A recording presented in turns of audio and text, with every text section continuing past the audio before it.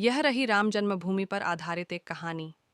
राम जन्मभूमि एक शाश्वत कथा प्राचीन काल की बात है, जब अयोध्या नगरी में सूर्यवंश के महाराजा दशरथ का राज था। यह नगरी सरयू नदी के तट पर बसी थी और धर्म, न्याय और वैभव का केंद्र थी।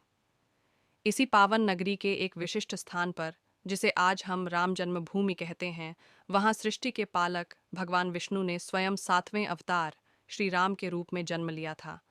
अयोध्या का वह स्थान केवल एक महल का हिस्सा नहीं था, बल्कि करोड़ों भक्तों के लिए वह केंद्र था जहां परमात्मा ने मानव रूप धारण किया था। सदियों तक भक्तों के लिए यह स्थान आस्था और अटूट श्रद्धा का प्रतीक रहा। समय का पहिया घूमता रहा। युगों के परिवर्तन के साथ अयोध्या की भव्यता पर कई आक्रमण हुए। मुगल शासक बाबर के सेनापति मीर बाकी ने 1528 ईस्वी में उस पवित्र स्थल पर स्थित प्राचीन मंदिर को तोड़कर उसके ऊपर एक ढांचा खड़ा कर दिया। यह घटना हिंदू जनमानस के हृदय पर एक गहरा घाव थी। भक्तों के लिए उनका आराध्य जहां जन्मा था, वहां मंदिर का न होना एक असहनीय पीड़ा थी। इसके बाद शुरू हुआ एक ऐसा संघर्ष जो किसी भूमि विवाद से कहीं अधिक अस्तित्व, आस्था और राष्ट्रीय सम्मान की लड़ाई था। अगले लगभग 490 वर्षों तक राम जन्मभूमि की मुक्ति के लिए अनगिनत बलिदान दिए गए। साधु संतों, राजा महाराजाओं और आम भक्तों ने पीढ़ी दर पीढ़ी इस पवित्र स्थान को पुनः प्राप्त करने का संकल्प लिया।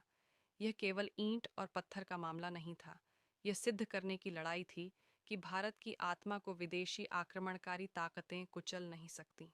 इस लंबे संघर्ष में लाखों लोगों ने अदालत के दरवाजे खटखटाए, जुलूस निकाले और शांतिपूर्ण प्रदर्शन किए। हर बार उनके होठों पर केवल एक ही नाम था, जय श्री राम। 6 दिसंबर 1992 को वह विवादास्पद ढांचा गिरा दिया गया, जो सदियों से इस संघर्ष का केंद्र बना हुआ था। यह घटना एक नए दौर की शुरुआत थी, जिसके बाद मामला देश की सर्वोच्च अदालत सुप्रीम कोर्ट में पहुंचा। अदालत में भारतीय पुरातत्व सर्वेक्षण एएसआई ने अपनी रिपोर्ट पेश की, जिसमें स्पष्ट प्रमाण मिले कि विवादित स्थल के नीचे एक विशाल प्राचीन हिंदू मंदिर के अवशेष मौजूद थे। इन वैज्ञानिक और ऐतिहासिक प्रमाणों ने सदियों पुरानी आस्था पर मुहर लगा दी। आखिरकार 9 नवंबर 2019 को सुप्रीम कोर्ट ने ऐतिहासिक फैसला सुनाया।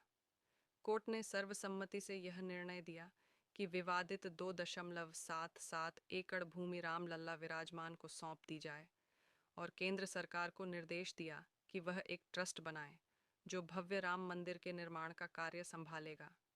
यह फैसला